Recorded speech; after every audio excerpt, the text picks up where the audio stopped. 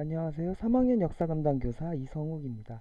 오늘은 여러분이 먼저 시청한 EBS 강의 외세의 침략적 접근과 개항에 대한 보충 강의를 하려고 합니다. 여러분들은 오리엔테이션에서 언급했던 대로 EBS 교재 또는 프린트와 교과서를 가지고 있으면 됩니다. 지금부터 시작합니다. 자, 오늘 강의의 순서는 첫째, 교과 간의 연계성을 좀 다뤄볼 거예요. 오늘 배우는 내용이 고등학교에서는 어느 부분에 해당하는가를 먼저 짚어볼 것입니다. 다음으로 흥선대원군의 개혁 정책을 다뤄보고, 이제 국내 정책이죠. 세 번째로는 흥선대원군이 추진했던 통상수교 거부 정책에 대해서 알아볼 것입니다. 마지막으로는 이 흥선대원군의 정책이 어떤 의의와 한계를 가지는지 그에 대한 평가를 내려보려고 합니다.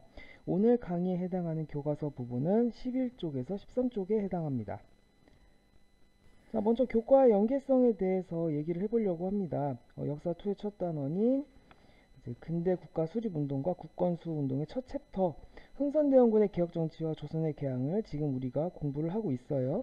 여러분이 고등학교에 가서는 이 부분을 2단원 근대 국민국가 수립운동의 첫 챕터인 서구열강의 접근과 조선의 대응이라는 소단원에서 배우게 됩니다. 같은 주제지만 고등학교에 가서는 세계사의 관점에서 조선이 서양 세력의 접근에 어떻게 대응하는지 그 모습을 살펴보는 것으로 접근 방법이 바뀌게 됩니다. 이걸 참고하면서 본격적으로 시작을 해보도록 하겠습니다. 흥선대원군의 국내 정책입니다. 우선 흥선대원군에 대해서 간단히 알고 가야겠죠. 이 대원군이란 이름 여러분들 한 번쯤은 들어봤을 테지만 무슨 이 직책인가, 무슨 칭호인지 아마 좀 궁금한 사람들이 있을 거예요.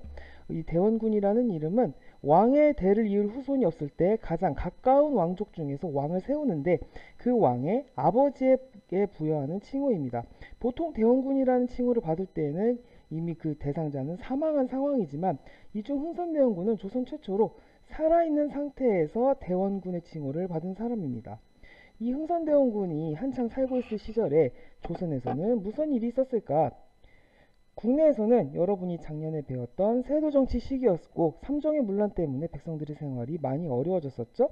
국외에서는 당시 조선 사람들이 생전 보지도 못했던 이상한 배들이 조선 앞바다에 나타나기 시작했습니다. 서양 세력들이 이제 조선에까지도 나타나게 된 거죠.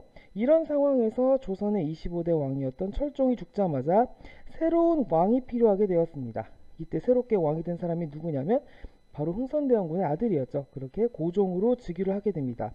문제는 이 고종의 나이가 왕에 즉위했을 당시 나이가 12살, 지금으로 따지면 초등학생의 나이입니다. 어린 왕을 대신해서 흥선대원이 그렇게 권력을 잡게 되었는데 이제 그의 앞에 나타난 미션은 두 가지가 있죠. 하나는 실추된 왕권의 강화, 그리고 어려웠던 백성들의 생활 안정이 있겠습니다. 그러면 본격적으로 시작을 해보도록 하겠습니다. 먼저 흥선대원군은 이제 그동안 세도정치의 중심이 있었던 안동 김씨를 축출합니다.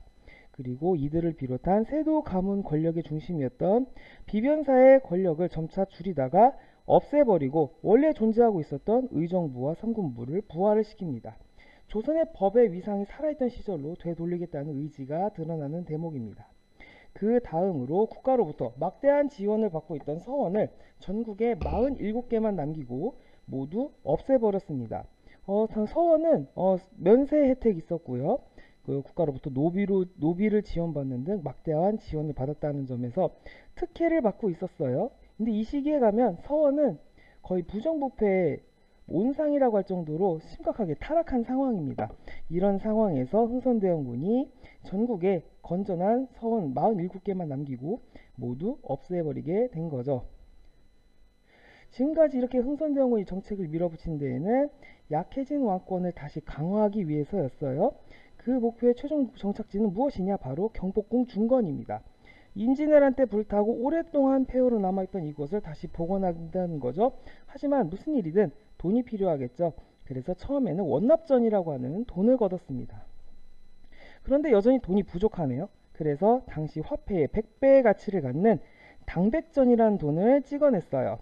이 궁궐을 짓는데 필요한 인력들도 끌어오고 심한 경우 막 양반들이 묘지림까지 베어가는 등 오랜 노력 끝에 경복궁이 완성되었는데 양반들의 불만도 많아졌고요. 백성들의 삶이 더 어려워졌다는 한계가 있었습니다.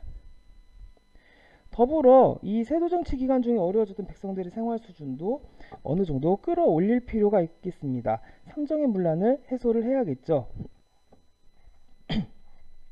이 삼정은 전정, 군정, 환곡을 의미합니다. 전정은 토지세, 군정은 군역에 관련된 것, 환곡은 어려운 백성, 생활이 어려운 백성들에게 봄에 곡식을 빌려줬다가 가을에 갚도록 하는 제도죠. 먼저 전정, 이 토지세는 전국적으로 토지조사를 다시 실시해서 토지대장에서 누락되었던 토지들을 찾아내는 데 주력합니다. 왜냐? 이렇게 토지대장에서 누락되어 있던 이 토지들을 다시 등재를 해서 세금을 확보하기 위한 거겠죠.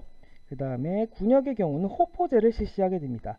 그 전까지는 평민들만 군포를 냈었어요. 원래 원칙은 양반들도 모두 군역을 부담해야 하나 이제 평민들이 주로 군포를 부담했었던 것에서 이제는 양반들도 군포를 내게 되는 거죠. 하지만 하루아침 양반들이 군포를 내려고 하진 않겠죠. 막상 내긴 내야 되겠는데 양반의 체면이 있으니까. 그래서 어떻게 내느냐? 노비들의 이름을 빌려서 양반들이 군포를 내는 경우가 있었다고 합니다. 마지막으로 가장 부정부패가 심했던 환곡의 경우는 지방에 믿을 만한 사람들에게 환곡의 운영을 맡기는 사창제를 실시하는 것으로 해결해 보려고 하였습니다. 이를 통해서 가장 부정부패가 심했던 환곡의 부정을 줄이고 안정적으로 국가재정을 확보하려는 차원에서 사창제를 실시하게 된 거죠. 그래서 이 흥선대원군의 국내 정책은 두 가지 목표, 세도 정치를 타파함으로써 왕권을 강화하고 삼정의 문란을 시정함으로써 민생을 안정시키려고 했다는 것, 이 목표 아래서 아래와 같은 정책들을 추진했다라는 것을 잘 기억해 두시기 바랍니다. 자, 그 다음에 통상수교 거부 정책입니다. 우리가 흥선대원군 하면 보통 쇄국 정책을 생각을 하죠. 이 흥선대원군의 통상수교 거부 정책은 천주교로부터 시작을 합니다. 천주교가 조선 말기 삼정의 문란을 겪으면서 천주교가 급격하게 교세를 확장해 나가요. 이제 이때쯤에 가서는 외국인 선교사들도 들어와서 활동을 하고 있습니다. 그러다 보니 이 천주교의 세력이 커지니까 천주교를 탄압을 하고 나아가서 서양을 배척해야 된다는 여론이 대두가 됩니다. 의외인 것은 흥선대원군이 처음부터 천주교를 배척한 건 아니라는 겁니다. 하지만 천주교 탄압의 여론이 정말 거세졌기 때문에 결국에는 전국적으로 천주교인들을 탄압하게 된 거죠. 이게 바로 병인박해입니다. 이 과정에서 프랑스 선교사가 함께 처형을 당했어요.